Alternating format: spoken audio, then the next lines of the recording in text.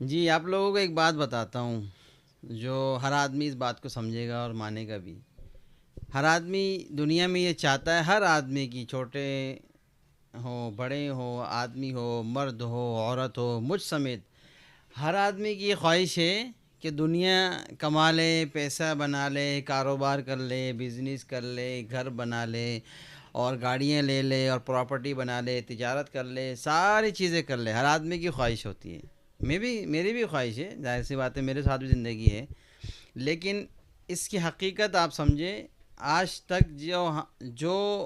لوگ دنیا سے چلے گئے، 100 سال پہلے، 200 سال پہلے، دس سو دس سال 100 سال پہلے، یا جتنے بھی لوگ چلے گئے دنیا سے، ان میں ایسے ایسے بزرگ اللہ والے بھی تھے جن کے پاس کھانے کو بھی نہیں تھا۔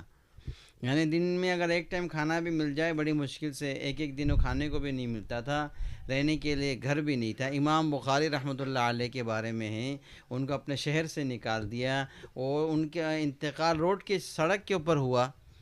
اور آج امام بخاری رحمۃ اللہ علیہ کی کتاب پوری دنیا میں پڑھائی جاتی ہے۔ اصح الکتاب بعد القرآن، اللہ تعالیٰ کے قرآن کے بعد سب سے صحیح کتاب یہ بخاری شریف ہے۔ تو میرا کہنے کا مقصد یہ ہے کہ ہر آدمی اپنے اندر